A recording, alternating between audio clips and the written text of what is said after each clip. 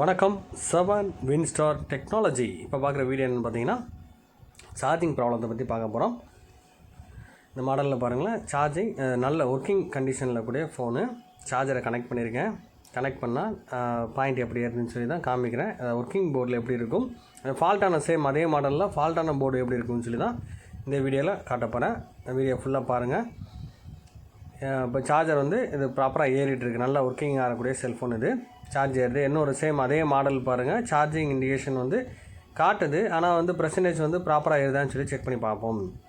Indication காட்டுது, %% ஏறுது. ஏற்கனவே வந்து அதில் போட்ட சார்ஜர் வந்து ஏறி இருக்குது 40%. அந்த செல்ஃபோனில் போட்டது.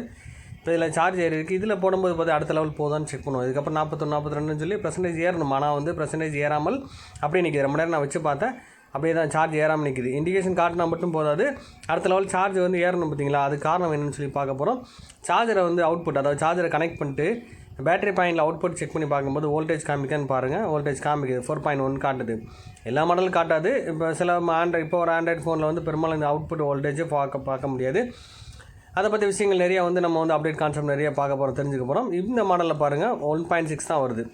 இப்போ வந்து சார்ஜர் கனெக்ட் பண்ணும்போது பாருங்கள் அவுட்புட்டில் அந்த மாடலில் பார்க்கும்போது வோல்டேஜ் காட்டுச்சு. அந்த ஃபோனில் 4.1 காட்டுச்சு. இதில் 1.7 தான் காட்டுது. அப்போ கம்மியாக காட்டுது. இப்போ எங்கேயோ ட்ராப் ஆகுது. அப்போ இண்டிகேஷன் காட்டினாலும் கண்டிப்பாக சார்ஜ் ஏறாது. அதை நம்ம தெரிஞ்சுக்கணும். அப்போ நார்மலாக வரக்கூடிய சர்க்யூட்டில் என்னென்ன வோல்டேஜ் வரும், எல்லா செக்ஷனுக்கும் இன் அவுட் வோல்ட்டு கண்டிப்பாக தெரிஞ்சுருக்கணும். அப்போ நம்ம அதோட ஐசி கான்செப்ட் முழுமையாக தெரிஞ்சுக்கணும்னு சொல்ல வரேன்.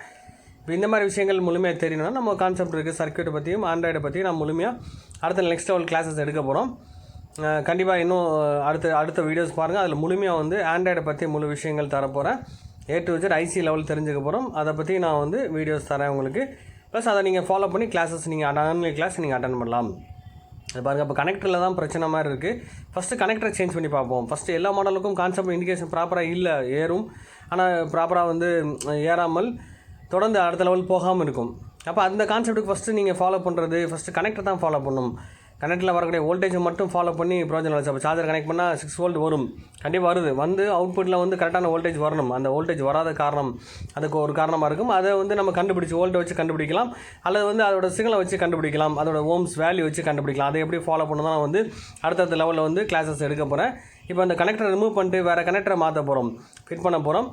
சேம் இந்த கனெக்டரை வந்து நாம் வந்து எடுத்து மாற்றோம்னா சேம் அதே மாடல் கனெக்டர் தான் ஃபிட் பண்ணணும், மாற்றி வச்சிடக்கூடாது. டேரக்ஷன் பார்த்துக்கணும். சில வந்து பார்த்தீங்கன்னா ரிவர்ஸ் கனெக்டரும் இருக்கும், ப்ளஸ் ஆர் மைனஸ் சேஞ்ச் பண்ணி வரும். அந்த கனெக்டரை பார்த்துக்கணும். சேம் அதே மாடல் கனெக்டர்னால் பெஸ்ட்டு. அதே மாதிரி ஒரிஜினல் கனெக்டர் போடுறது பெஸ்ட்டு. இப்போ நான் வந்து இன்னொரு மாடல் ஏதோ சேம் அதே மாடல் போர்டு வச்சுருந்தேன். அந்த போர்டில் கனெக்டர் தான் நான் ரிமூவ் பண்ணி காட்ட போகிறேன். கனெக்டரில் அந்த பிளாஸ்டிக் இருக்கும், அந்த டேமேஜ் இல்லாமல் இருக்கிறதுக்கு ட்வைஸரை வச்சு நான் வந்து மறைச்சிட்டு நான் ஹீட் பண்ணி உங்களுக்கு காமிக்கிறேன். அப்போது எந்த பேலன்ஸுமே கொடுக்காமல் லைட்டாக ப்ரெஸ் பண்ணாலே விழுந்துடும் சார் கனெக்டர். நம்ம ப்ரெஷர் கொடுக்கணும் அவசியமே இல்லை. அப்போ சால்ட்டிங் அந்த ஹீட்டில் அந்த லைட்டை உருகணும், அவ்வளோதான். இந்த கான்செப்டே நம்ம எடுத்தாச்சு, ஈஸியாக விழுந்துடும், ஒன்றும் ப்ராப்ளம் இல்லை. ஷேக் பண்ணிடக்கூடாது, திரும்ப அந்த ஸ்பேர்ஸ் தான் டேமேஜ் ஆகிடக்கூடாது. அதுக்கு தான் சேஃப்டிக்கு வந்து பிளேட்டு அந்த மாதிரிலாம் வச்சுருக்கேன் நான். அது கண்டிப்பாக ஹீட்ஸிங் பிளேட் ஏதாவது வச்சுக்கணும் நீங்கள், இல்லை ஸ்டிக்கர்ஸ் இருக்குது அதை வச்சு ஒட்டிக்கலாம். ஹீட்ஸிங் ஸ்டிக்கர் இருக்குது. இப்போ நம்ம இந்த கனெக்டரை வந்து நம்ம சேஞ்ச் பண்ணி வைக்க போகிறோம். அப்போ அந்த சால்ட்ரிங் அந்த ப்ராப்பராக பேக் சைட்லேயும் சால்ட்ரிங், எல்லா சைடுமே சால்ட்ரிங் ஒட்டுறதுக்கு வந்து சால்ட்ரிங் அப்ளை பண்ணிடுவோம் நம்ம. இப்போ இது மாதிரி வந்து நம்ம வந்து ஒவ்வொரு கான்செப்ட்டும் முழுமையாக தெரிஞ்சுட்டு பண்ணிங்கன்னா ஈஸியாக இருக்கும். ஒரு சர்வீஸ் பண்ணுறோம்னா என்ன காரணம்னு சொல்லி புரியணும்னா அதோட பேசிக் மெத்தட் தெரியணும். சர்க்யூட் பேசிக் கான்செப்ட் தெரிஞ்சால் தான் நீங்கள் அடுத்த லெவல் பார்க்க முடியும். அப்போ முழுமையாக அதோட அமைப்பு தெரிஞ்சுக்கோங்க, தெரிஞ்சுட்டு ஃபாலோ பண்ணுங்கள், ஈஸியாக இருக்கும். இப்போ இதுக்கு அடுத்து நெக்ஸ்ட் நம்ம கனெக்டராக மாட்டியும் அது சரியான வோல்டேஜ் வரல, அவுட்புட் வரல, அது ப்ராப்பராக சார்ஜ் ஏறலை அப்படின்னு சொன்னால் நெக்ஸ்ட் லெவலில் வந்து ஐசி தெரிஞ்சுக்கணும். சார்ஜிங் ஐசி என்ன இருக்குது, சார்ஜிங் டயோடு எங்கே இருக்குது, எப்படி நம்ம வோல்டேஜ் கன்வெர்ட் பண்ணி தருமா, அந்த மாதிரி விஷயங்கள் நம்ம முழுமையாக தெரிஞ்சுக்கணும்னு சொல்ல வரேன். இது ஒவ்வொரு மாடலுக்கும் இந்த கான்செப்ட்க்கும் ஒவ்வொரு செக்ஷனுக்கும் அந்த ஐசி கொஞ்சம் மாறும், வித்தியாசப்படும். அதோட பின் டீட்டெயிலாம் முழுமையாக தெரிஞ்சுக்கணும். இந்த கனெக்டர் நம்ம ஃபிட் பண்ணிடுவோம். ஃபிட் பண்ணதுக்கப்புறம் சார்ஜ் கனெக்ட் பண்ணி பார்ப்போம், எந்த மாதிரி ரியாக்ஷன் இருக்குன்னு சொல்லி பார்ப்போம். அப்படி ரியாக்ஷன் சரி வரல, மறுபடியும் கனெக்டரை மாற்றியும் சரி வரல அப்படின்னு சொன்னால் நெக்ஸ்ட்டு வந்து நம்ம வந்து அந்த ஐசி லெவலில் நம்ம ஃபாலோ பண்ண போகிறோம். கனெக்டரை ஃபிட் பண்ணிட்டோம். பெரும்பாலும் அதிகபட்சம் வந்து கனெக்டர்லாம் பிரச்சனை வரும். கனெக்டரில் தண்ணி பட வாய்ப்பு அதிகம், அதனால தான் லீக்கேஜ் ஆகும், ஷார்ட் ஆகும், அந்த கனெக்டர் உள்ள டேமேஜ் ஆகும் வாய்ப்பு இருக்கும். இந்த ப்ராப்ளம் வந்து நிறைய நடக்குது. அப்போ நம்ம இந்த இண்டிகேஷன் காரணம், அதாவது நான் ஃபேக் சார்ஜிங் ஏறது காரணம் என்னன்னு சொல்லி முழுமையாக நம்ம தெரிஞ்சுக்கணும்னு சொல்ல வரேன். அப்போ ஃபேக்காக வந்து இண்டிகேஷன் மட்டும் தான் காட்டும், அதோட அவுட்புட் வோல்டேஜ் கம்மியாக வரும். அப்போ இன் அவுட் வோல்டேஜ் என்னன்னு சொல்லி நம்ம தெரிஞ்சுக்கணும். சரி, எந்தெந்த ஐசிக்கெல்லாம் சப்ளை போகும், எந்த ஐசிலேருந்து அவுட்புட் எவ்வளோ கம்மியாக வரும், எந்த மாதிரி வோல்டேஜ் வரும் அப்படின்னு சொல்லி நம்மளுக்கு தெரிஞ்சுக்கணும்னு சொல்ல வரேன். கனெக்டரை ப்ராப்பராக ஃபிட் பண்ணதுக்கப்புறம் நம்ம சார்ஜரை கனெக்ட் பண்ணி பார்ப்போம் எந்த மாதிரி ரியாக்ஷன் இருக்குதுன்னு சொல்லி. இப்போ நம்ம வந்து நார்மல் சால்ட்ரிங் வச்சு ஃபிட் பண்ணிவிட்டேன். அது ப்ளோயர் வச்சு நம்ம ஜஸ்ட் வந்து ஹீட் கொடுத்தாலும் எல்லா காலுமே ப்ராப்பராக ஒர்க் ஆகும், ஃபிட் ஆகும். அதுக்காக அந்த காலை வந்து நம்ம சால்ட்ரிங் பண்ணுறோம். ப்ளோயர் வச்சு ஹீட் கொடுத்து ப்ரெஷர் பண்ணுறோம். நம்ம லைட்டாக ப்ரெஷர் பண்ணாலே இப்போ நம்ம ட்வைஸர் வச்சு நீங்கள் ப்ரெஸ் பண்ணும்போதே உட்காந்துரும். எதுக்காகனா அந்த பிளாஸ்டிக்கை டேமேஜ் ஆகிடக்கூடாது தான் ட்வைஸர் வச்சு மறைச்சிருக்கேன் நான்.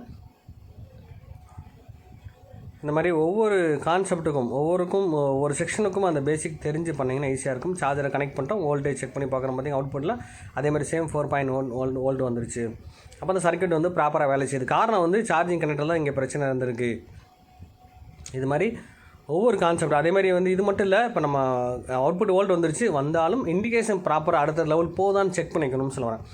சில ஒரு பர்சன்டேஜ்க்கு அடுத்த பர்சன்டேஜ் போகணும். இப்போ அடுத்த லெவல் 35 36 சொல்லி வரிசையாக போகுது அப்படின்னு சொன்னால் ப்ராப்பராக சார்ஜ் ஏறுதுன்னு அர்த்தம். இதை நம்ம தெரிஞ்சுக்கணும். சில 35 வந்துருச்சு, அடுத்த லெவல் நெக்ஸ்ட் வந்து 36 வருது அப்படின்னு சொல்லி ஒன்று நம்ம செக் பண்ணி பார்த்துட்டு ஒரு 5 நிமிஷம் 10 நிமிஷம் வச்சு பார்த்தாலே தெரிஞ்சிடும். இந்த மாதிரி வந்து நம்ம ஒவ்வொரு செக்ஷனையும் முழுமையாக திரும்ப சொல்ல ஒரு சர்க்யூட் கான்செப்ட் முழுமையாக தெரிஞ்சிட்டிங்கன்னா ஈஸியாக நீங்கள் அடுத்த லெவல் போக முடியும். இந்த வீடியோ பிடிச்சா லைக் பண்ணுங்கள், ஷேர் பண்ணுங்கள், கமெண்ட் பண்ணுங்கள், சப்ஸ்கிரைப் பண்ணுங்கள், பெல் பட்டனை மறக்காமல் கிளிக் பண்ணுங்கள். Thank you friends.